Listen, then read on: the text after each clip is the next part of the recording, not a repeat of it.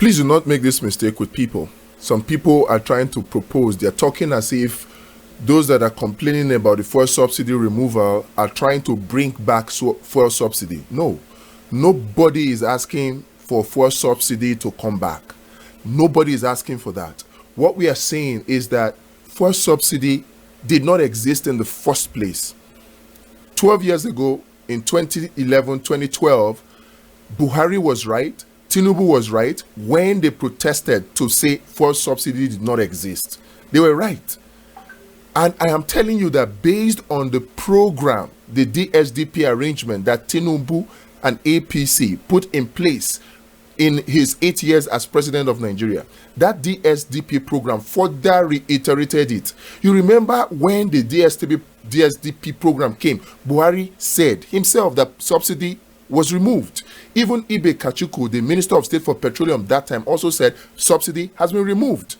So they were right before saying that there is no subsidy, and then it went on further to say that subsidy has been removed. They themselves said that before Mele Kyari was removed, and then the next thing we saw, they started making huge payments as subsidy. And if you look and dig deeper into the DSDP arrangement, you will find that there is really no subsidy. That's what we're saying. Nobody is asking for subsidy to come back. That's not what we're saying.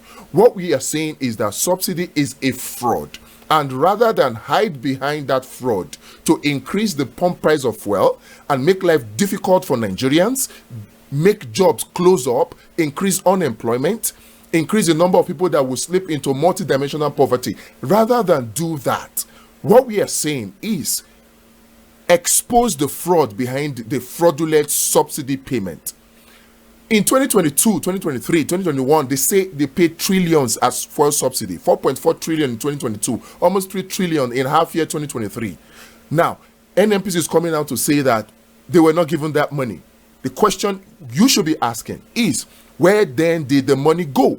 Because way back then, the Minister of Finance kept saying that they were spending all Nigeria's revenue to pay interest on loan, and they were borrowing to pay subsidy.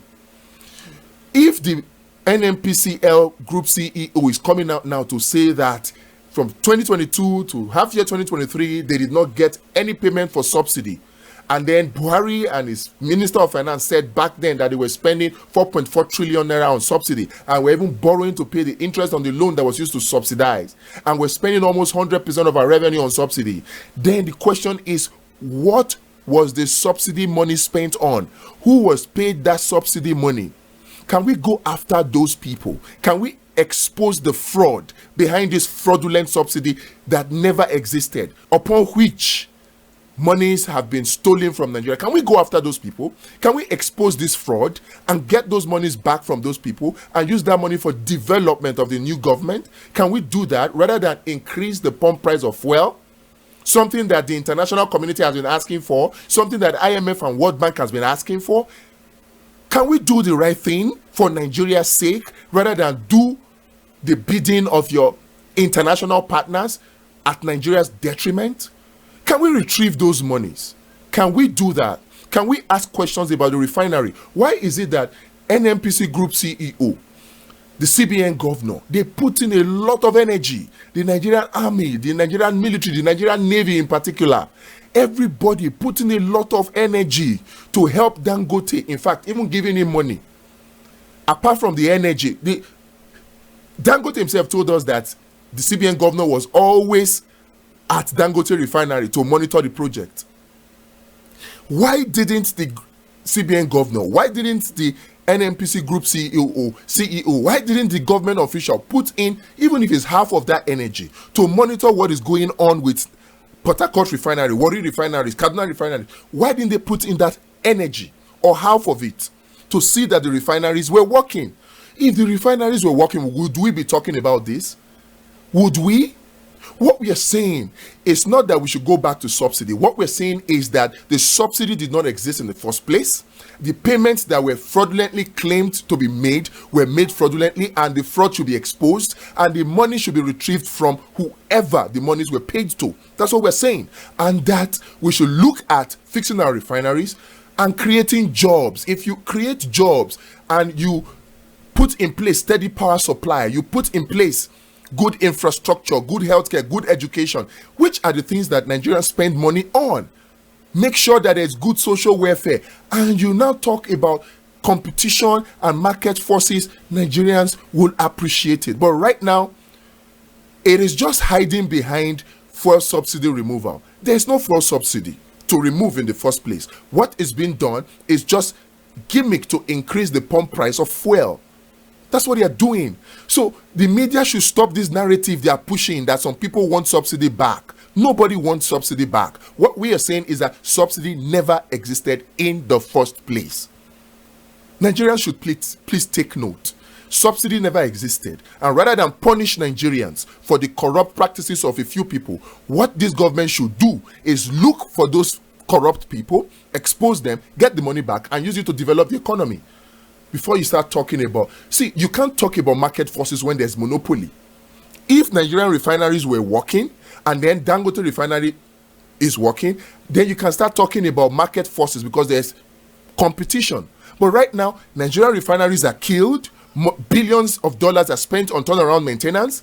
The people who are spending the money are not putting in energy to make sure that it works, to retrieve the money if the job was not done. Nobody is doing that, and then all of those energy and more are directed to help Dangote Refinery work.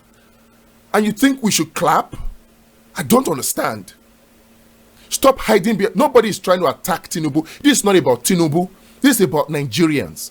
And if it so happens that Tinubu is who is doing the wrong thing, then we will talk about it. You can't just come and start an administration and the first thing is to make life difficult for Nigerians and then you expect Nigerians to clap for you. I won't do that. If you're doing something that is good, I will say it. And if you're doing something that is bad, we will say it as well. So please take it in good faith and do the right thing. Focus on the fraudulent criminals that are making Nigerians suffer. Retrieve those money because there's no subsidy. There's no subsidy. The DSDP arrangement made sure of that. See, another evil that is going on in this country right now that they are not telling you, they are not telling us. They lie to Nigerians that fuel subsidy will remove smuggling. Really? Please, tell me, who are those smuggling petrol? Who are those with the capacity to smuggle petrol? Only the major and independent oil marketers possess the capacity to smuggle petrol out of our borders. So why not stop them first? What happened to the technology Nigeria spent billions to acquire? Billions of naira under Buhari. Software to track tankers and stop smuggling. What happened to it? Look, the truth is that there is no smuggling of Nigerian petrol outside Nigeria anywhere. It is all arranged. There is connivance between NNPC and the marketers to inflate the petrol figures beyond Nigerians' consumption and then lie that the excess is smuggled out of Nigeria. It's all a lie. It is all a lie. If they wanted to stop the smuggling, they will stop the smuggling. Nigeria is not the only country that sells price cheaper than her neighbors. Nigeria is not. Iran does it, Libya does it, Venezuela does it, Saudi Arabia does it. And they don't complain of their oil being smuggled out. And by the way, are you telling us that the smugglers are more powerful than Nigerians? Why are they not talking about this? We're not asking the right question. They are distracting us and pushing us to focus on the wrong thing. Let's ask the right questions. And to do that, we must lend our voice to this discussion. Sitting down and doing nothing and behaving as if it doesn't concern you, things will continue to get worse and it will continue to affect all of us. We did that. And look at what they did. They passed a fraudulent PIA bill. They passed a fraudulent appropriation bill. They passed it right under our noses and we were not looking. It is time to start paying attention. It's not all about protest. It's about doing something smart. We need to take further steps than just mere protest. I know you don't want to die. You don't want to be shot during protest. Don't worry. You don't have to do that. But there is something much more important and much more powerful that you can do. And to join in, click the link and subscribe.